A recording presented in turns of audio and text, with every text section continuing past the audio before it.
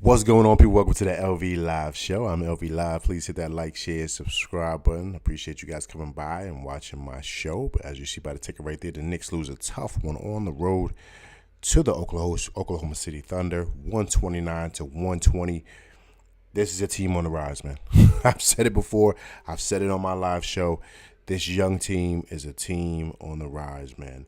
Jalen Williams and, of course, SGA, Chet Holmgren, Josh Giddey, Lou Dort. I mean, listen, it's solid across the board. You know, you got guys coming off the bench. They played like 12 guys tonight, man. They had like 7 guys coming off the bench.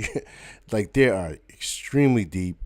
They got Wiggins coming off the bench, a young kid, another kid named Jalen Williams coming off. Then they got this other kid named Joe. I think that's his name, Job. I think that's his name is.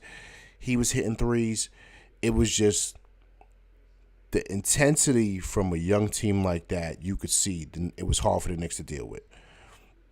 Langline, what's going on, man? Yeah, OKC is legit, man. They just are, and you could see it. You could see that at the beginning of the first quarter, the Knicks just had no legs. They was not ready for the way this team was. This team blitzed the Knicks from beginning to end, and I knew this was going to be a tough mountain to climb if we got behind big, because they're a young team, man. They're young, they're athletic, they're hungry, and you could see it. They got young legs. They're just a lot. They're a lot to deal with. They are. They got a lot of pieces, man. I'm sure a lot of those guys aren't going to be staying there long, because the team's going to be recognizing the pieces that they got, because they got some nice pieces over there. But yeah, the Knicks just couldn't rebound after that. I mean, they had a good second quarter and a good third quarter. They made a good push, right? They cut the lead, I believe, to 6 or to 4, but they couldn't get over that, right? And then the fourth quarter, Jalen Williams got busy, man. He just exploded. He had 17 points in that fourth quarter, and that's pretty much what blew the lid off. And the Knicks just could not get back into the swing of things, man. That's a couple of things I pulled from this game, right? Excuse me. I just think that the Knicks, I think it took a lot out of them playing against the Bucks back-to-back games. And what I saw is I saw a team in the beginning of the game that was sleepwalking. They just did not seem to have their legs in the beginning. They just didn't. And I think that it took them a while to get into the flow of the game. And I say that because, like Randall, right? Like, he had Jalen Williams on him. Third quarter, Randall started taking them. He started punishing them guys. Then Randall started being Randall. He started drawing fouls. And I was saying to myself, and excuse me, at that point, the Knicks tied the game. That's right, I apologize. It was 83-83. But that was because of Randall. And also, to DiVincenzo, right, who I'm also going to touch on because we didn't see much of him after that. But and then Randall started establishing himself. There's no one on that team that could check Randall. Randall could do what he wanted. He could get any shot he wanted. But he just was sleepwalking tonight in moments of the game. Third quarter, he picked it up. And then I seen him going over to the corner, and he was kind of like, he was like, hunching over. He was playing on the perimeter a lot tonight. So that said to me, he looks tired, right? I think that, once again, like I said, I think the OKC, excuse me, I'm the OKC. I'm tired too, as you see. I think the Bucks games back to back against a perennial team in the East took a lot out of this team. And then them getting on a plane right after that and coming out here facing a team that's high up tempo, high throttle, all gas, no brakes, young team. The Knicks, they blitzed the Knicks in the beginning, and the Knicks could not really truly respond. Drew, what's going on, man? Matt Nammer, what's going on, man? Hope all is well. You haven't seen you in a while. Happy holidays to you, man. Hope all is well, man. Nammer says the coach blew this one. Yeah. Tibbs' substitutions were kind of off today. So all in all, that's what I thought would happen in the game, just in watching the game. Gravity, what's going on, man? Hope all is well. So I think just them getting their, once they started getting their legs, the Knicks started showing and imposing their will. And then that's what really started to change the game, right? Then the Knicks, you saw them start coming, right? But once they switched that unit, because remember, Brunson and Randall played the whole third, and that's what got us back in the game. The game was tied, and I think going into the fourth, we were down by 4. So we were right there. We were right in striking distance. I thought IQ had it going all night. I thought DiVincenzo had it going all night. We just needed the top guns to wake up. And that just didn't happen. Even with Brunson, right? Brunson just didn't look like himself today. He just didn't, right? So once again, I think after dealing with what they have to deal with in regards to Milwaukee, I think it took a lot out of him. So that's just what I saw tonight. But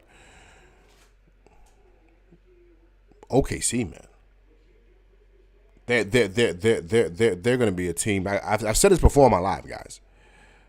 They're going to be a team that's going to be a problem. If they can keep all those pieces together, they're going to be a problem going forward. Nammer says, how long are we waiting on RJ? You know what, Nammer? I'm about to touch on that. We haven't seen you in a while, and I kind of got on the whole RJ thing a bit, too. So I'm going to touch on that in 1 second. But, I mean, I just, I that's just what I saw, right? And I saw a team that just was sleepwalking, and then they finally woke up. RJ, right? I'm going to say it again, and I'm going to stress this. I've been saying it since, well, we found out later what it was, but guys, I don't think he's healthy. I think he's trying to fight through it. All of his shots are flat. He's struggling to run up and down the court. You see him. He does not. He's no explosion to him. He can't dribble past guys. He has no lift on his shot. Every time I see him walking back to the bench, it's like a struggle for him to walk. He's on the bench with 2 huge knee braces on his knees. I think he's fighting through something.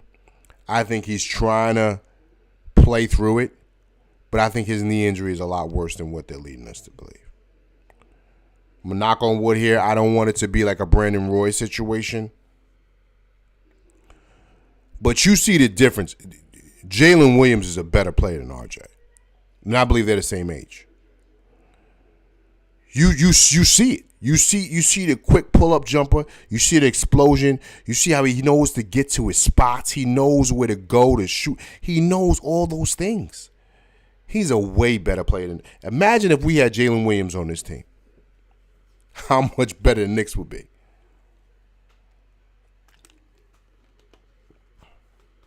And that's just the truth. It just is. We can't deny that. It just is. And it's like I said on my last show, man. Like it's starting to become glaring now. Like it's not even a matter of we hope he turns the corner. We hope he look. That's not what's going on here. It's like, once again, it's like high beams on your face about how bad he looks. He doesn't look good out there. He just doesn't. And I was highly, highly upset when Tibbs just took out IQ and put RJ back in. Like, for what? Like, what are you doing that for? So this is what leads me into the whole thing. Remember I talked to you guys about maybe a couple of shows ago when I spoke about the Theo Pinson. Remember he interviewed Emmanuel Mudiay? Excuse me. And Mudiay talked about how the league, it ain't what you think. It's like smoke and mirrors. Like they try to force feed something to you guys. And even though this guy may not be playing well, it doesn't matter. Like, they're like, nah, you got to play him no matter what, because he's making $20 million a year. So he's got to play, even if he's playing bad. And to me, that's what that substitution looked like. Like, we're just going to put RJ in just because he's making $20 million, so we got to put him in. Yeah, but the game, we're down by 8. It's like 4 minutes left. What is RJ going to do? He's been playing like crap all game. So you're going to take him, put him in, and take out the guy that's got the hottest hand. You're going to take out IQ? Like, why? Why would you do that? And what I thought of, the first thing I thought of was what Emmanuel Mudiay said. And I said, okay. I said the Knicks are going to have to make some decisions. They just are, guys. They just are. Jalen Williams is a better player than RJ. He is. You see it, man. He gets to his left hand. He pulls up, that fall away is money. that three-pointer is money. It's fluid. His game is fluid, man. He moves well. He has great lateral movement. He's good defensively. He shoots well off the pull-up. Like, that joint is beautiful. He goes to the rack great. Like, his game, once again, just imagine if he was with the Knicks, man. At that two-guard, at that three spot. You know what I mean? And so it's just, and I'm an RJ guy. You know what I mean? I've been fighting for him, and people have been tearing him up. I don't even think it's a matter of him working out with his trainer.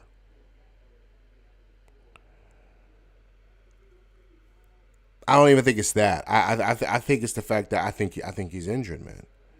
I think his knees are bad. I think his knees. I don't know, man. I don't know. I don't know. Just based on what they said, he's going through that lingering knee problem or knee issue, whatever they called it. I forget the name of it. But you see it, man. He looks like he's laboring when he's running. And then when he's dribbling the pill, it looks like he's going to get stripped. And he's trying to force feed. Like, he's trying to, like, every time he gets the ball, you know he wants to score. Like, a couple of times he made great decisions with the pill today. He swung it to Brunson a couple of times. But I'm just being honest here, man. Edward Walker, how are you doing, man? Hope all is well with you, man. Appreciate you coming by again, man. I haven't seen you in a while. It's great to see you. Happy holidays to you and yours, sir. Thank you for coming by, rocking with your boy LV. So yeah, so that's like what I'm seeing from him. You know, that's the biggest disappointment, because it's been about what Cully, man, it's my first time seeing you here rocking with your boy LV, man. Thank you for coming by. Salute you, sir. Happy holidays to you and yours. If you have not subscribed, please subscribe to the channel, man. But I appreciate you coming by rocking with LV, man. Thank you so much, sir. Everyone, too, if you're here, man, please hit that like, share, subscribe button, man. Appreciate it. But yeah, man, so that's just what I see with him, man. I don't, you know, I think it's more to it than meets the eye, right? I don't know if it's that migraine was a bunch of baloney. I think these knee issues that they've been talking about is really starting to hamper him, and he doesn't look like the same player. You see him, he's trying to shoot the three. His three is flat, man. He's not getting no arc. You know why he's not getting no arc on that shot? He has no lift. In order to shoot the pill, man, you got to get up off the ground. You got to have some type of lift. He doesn't have anything. That's why his shot is flat or it's long. It's one or the other. It's not like right along, like, because he has no lift on his jump shot. He doesn't have the right levitation. He doesn't have the right elevation on his shot. Everybody's different, right, in how they shoot. But you got to get some type of elevation on it. And he just I don't know, man.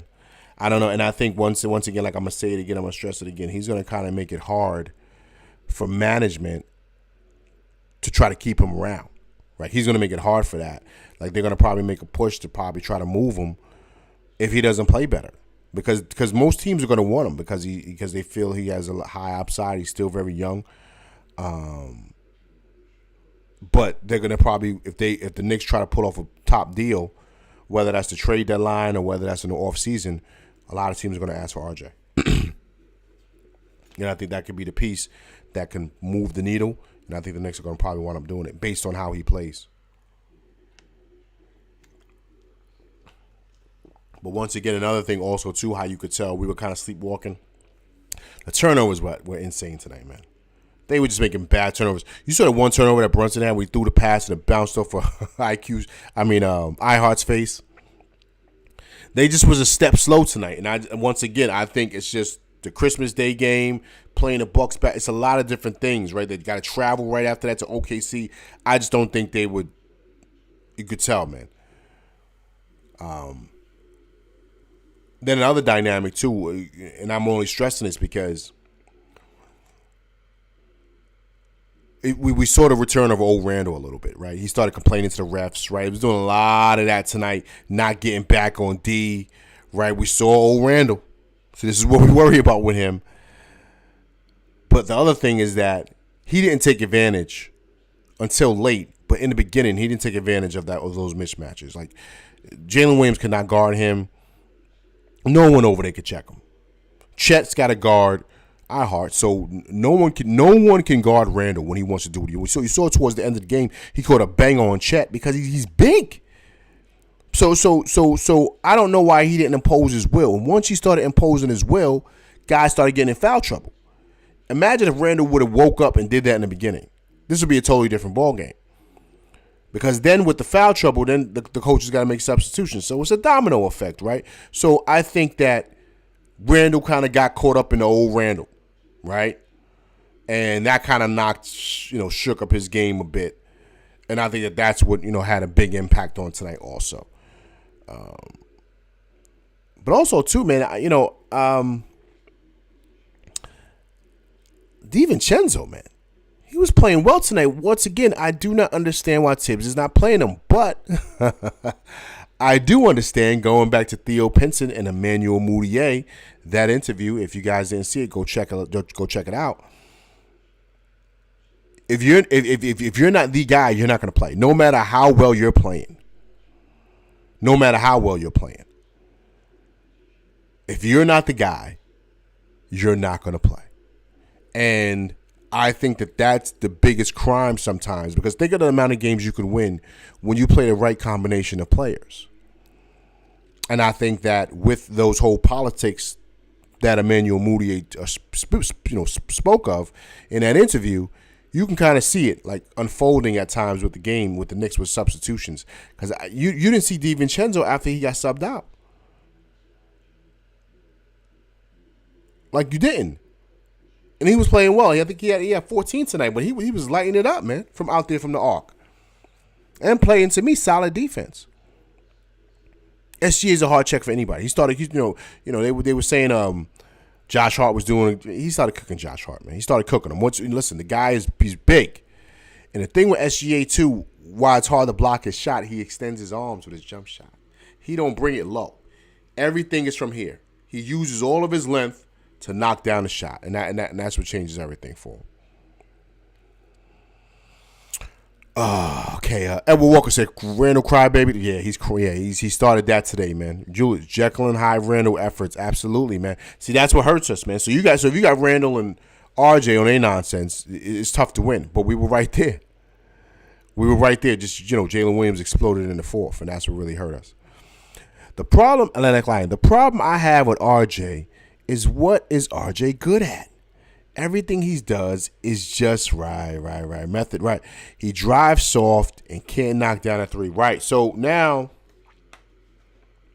the Knicks gave him that money because he's homegrown. He was a top 3 pick. And he puts up good enough numbers. RJ's been averaging for his career, I believe, between like 18, 20 points, something like that. So that's why they decided to give him that money. But in watching the game, you just see like where RJ's struggling at, and where, it's just hard to see at times. It just is, and I'm watching the game, and I'm just like, oh man, this is just, you got to sit him down, man. But they can't sit him down because they're paying him too much. So now that impacts the team. So now you're forced to deal with it, and you just hope that the kid turns a corner. And that's kind of like what the situation is with him. Okay, Nammer says triple team and still trying to shoot. Yeah, man, that's the problem with Randall sometimes. He tries to do that, then he got triple teamed and lost the ball, and the turnovers killed us today. A lot of bad decision making. Like, it just seemed like we were just off, man. Just was not making the right basketball decisions out there. We just weren't. And as I'm watching the game, I'm just like, yo, what are we? And I'm just like, okay, we're gonna probably lose tonight. And then we made a push. And then I said, okay, maybe we might not. Maybe we might have woken up. Who knows? But they're a young team, man. They're a young team. They're energetic. And they're a load, man. They're a lot to deal with, man. They're a lot to deal with. They truly, truly are. All right, cool. Let's take a look at the stats really quick, guys. Let's go with the rundown. Okay, once again, right? RJ played 29 minutes tonight. 5 for 14 from the field. 1 for 7 from 3. 3 for 6 from the free throw line. 4 rebounds, 4 assists, 5 turnovers for RJ and 5 personal fouls, 14 points. This might have been one of his worst games in a long time. Big time. Randall was decent, but he had his moments. Okay, Randall was 7 for 15 from the field, 1 for 4 from 3, 10 for 13 from the free throw line. Like I said, he started drawing his fouls. 9 rebounds altogether, and 25 points. Ihart was solid, I thought. He had his moments. He was 2 for 6 from the field. 9 rebounds for Ihart, 2 assists, 1 block, 4 points. DiVincenzo, like I said, he was solid tonight as well. 6 for 10 from the field, 5 for 9 from 3, 2 rebounds, and 17 points for DiVincenzo. Jalen Brunson, he was 9 for 19 from the field, 1 for 5 from 3, 5 for 5 from the free throw line, 4 rebounds, 7 assists for Brunson, and Brunson had 24 points. Brunson kind of like had a quiet 24 points, right? Then of course, Taj Gibson came in. He was Taj, he was decent. He had 2 rebounds, 4 points, right? Josh Hart was Josh Hart, right? He came in, was solid. Got rebounds, got assists, 7 rebounds, 4 points. But Josh Hart was getting gritty in there, and that kind of like helped us out in that third quarter. He was a big part of that. IQ was huge coming off the bench, right? He was 7 for 10 from the field, 4 for 5 from 3, 4 for 4 from the free throw line, and 22 points in 24 minutes.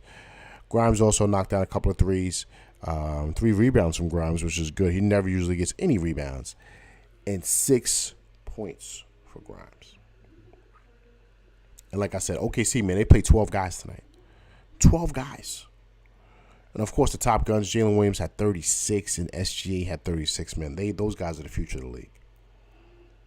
Future of the league. Future of the league. And that honestly, that was the ball game, man. But, I will say this, though, and I'm there's a couple of things, of course, we have issues with in regards to the Knicks, but they had 18 turnovers, man. Like 18 turnovers, like that just can't happen. It just can't. You know what I mean? And I believe OKC only have 4 turnovers. You know what I'm saying? So that to me, that's a major part of the game, and that's how it was in the beginning of the game. They started off red hot, man. Red hot. And the Knicks just could not bounce back after that. And once you get, kind of like in a once you kind of get like behind on a team like this, like it's really, really hard to catch up because they have a lot of momentum and they're playing home, right? So I think that's what played a major, major key here. Juice says SGA is uncheckable for anyone. Yeah, he's a tough check, man. He's a tough check. Drew, he does it all, man. He does it all, and he's big at the top of the key, man. He's about 6'6". You know what I mean? So he can handle that pill, man, and he's just tough to deal with. Remember him a couple of times in the Garden last year. He's tough to deal with. We got to kind of pay attention to. I don't know what's going to go on with Josh Giddey, man, but he kind of got personal stuff going on outside of that, outside of the basketball stuff. So we got to see what it looks like. But he might be the odd man out with this team. And I'm only saying that because you can't keep everybody. You can't. So, no JB, and on a lukewarm Randall, this is what we get. Absolutely, man. Like I said, Brunson had a quiet 24, but it didn't feel like he was really, he just wasn't really like, he was, I don't know. And then once again with Brunson, he had quiet 24, right? But it didn't feel like it. It felt like he had 12 points. It didn't feel like he had like 24.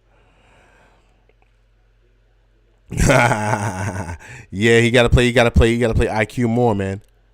He definitely does, Drew. Yeah, he's big and smooth. Yeah, he is, man. He is. He's tough to deal with, man. He really truly is. It's crazy because in watching a game, they're playing at a totally different speed than the Knicks are playing at. Totally different. And so when you're watching a game, you're like, oh man, these guys are something different. And that's why I was like, yo, man, the Knicks are gonna have a hard time tonight. after that first quarter because I saw the pace that they were playing with, and I saw all the athletes they were throwing out there. They got like a whole bunch of dudes, man. A whole bunch of cats. You know what I mean? And so it just was a lot, man. It just was a lot. You know what I'm saying? It really, truly was. And here's the thing. The Knicks shot 50% from the field, man. They shot 40% from three, just like they did. But it was the turnovers. So, you know, the Knicks didn't shoot, like, bad. They shot good from the field, and so did OKC. But it was the turnovers, man. The turnovers is what did it. And, you know, you had that. It's very, very hard to win in this league. Very, very hard to win when you have 18 turnovers and they have 4. It truly is.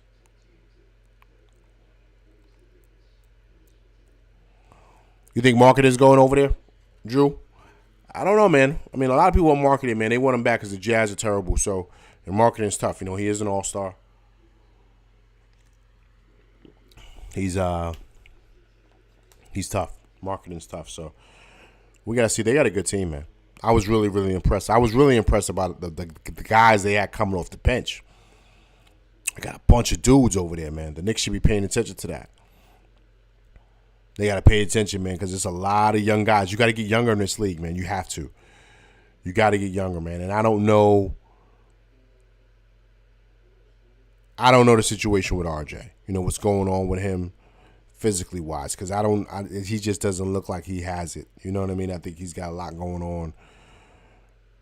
Like, he's limited, right, athletically. And so that's why I'm just paying attention to that, right? And so the Knicks got to start to look for younger wings. They have to. Marketing makes OKC scary. Yeah, he does, man. He does. Marketing's tough, man. Marketing's tough. I mean, he's tough to deal with. If he goes over there, they're able to pull a deal off to get. But they're gonna probably have to give up a lot to get him. You know, you don't want to destroy that team that you have because they have a good young team. They have a good young nucleus. You know what I mean? So a lot of those guys, they continue to grow those guys within. I think they'll be good. They'll be good to go. So yeah. So we gotta see what happens, man. We gotta see what happens. But it was one of those games tonight. It really, really was. And even though, with that being said, the Knicks still did have some fight in them. It just seemed like the Knicks were jet lagged, man. I don't know. They woke up late to this game. They woke up late to the party, and that's what happened, right? You realize you were getting blitzed by a young team that's hungry, right? So the Knicks now go to 17-13, right? So let's take a look really quick here. Let's take a look at the schedule, man. Let's go back here. Let's take a look. We know what time it is. So okay, so now the Knicks in these first 4 are 2-2, right? Doing a lot better than what we thought. I thought it was gonna be like 1-3, honestly.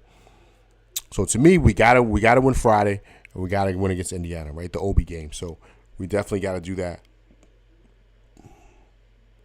Juicy, how do you feel about Anthony Simmons for us? One of the best shooters in the league at 24, athletic. Hell, and still showing that. Yeah, you know what?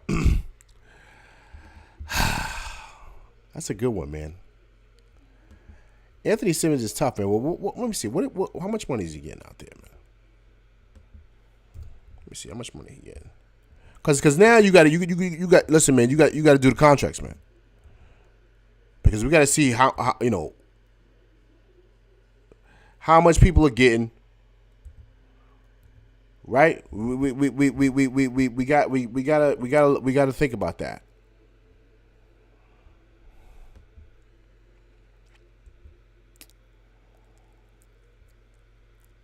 Because remember, you know, they're expecting him to be, you know, to kind of be the heir apparent to what Dame Dollar was. That's why they made that deal, right? So I don't know if Portland's willing to let go of him, because remember they picked up Scoot, right? But he's not panning out. They shipped him back down to the G League, so I don't know if they'll be willing to, right? Just being honest with you. I like his game, I do, but once again, you got to look at what teams are going to be willing to give up, what teams are going to be willing to move off certain guys. because certain guys are going to be their staple. I think they want Anthony Simmons to be their staple in Portland. After letting go of Dame Lillard, they're looking for the next guy to be the face, and I think they want that kid to be the face. And I think that that's the situation with him. Yeah, he's getting about 25 years. Yeah, absolutely. Yeah, but Scoop got to get together, man. He's not playing well, man. He got a wake up call playing here. Listen, this is the toughest league in the world, man. Every night you got to be ready, right? See the Knicks, they had the Bucks. Right now they got OKC. Look at what happened tonight. Now they got Orlando. Orlando's got another young team on the rise, and then they got to go and play Tyrese Haliburton and Obi, right? So look at the league. You don't get a rest, man. Even when you play the Pistons, you got Cade Cunningham. You got some dogs over there. They losing, but yeah, they're losing because this league is tough. You go down to Utah, they still got some pieces, right? You go down to the Houston Rockets, they still got some pieces. And now Memphis is rolling. They got Ja back, right? So I'm just saying, so this league is tough night in and night out. The bum teams are no joke. You could lose.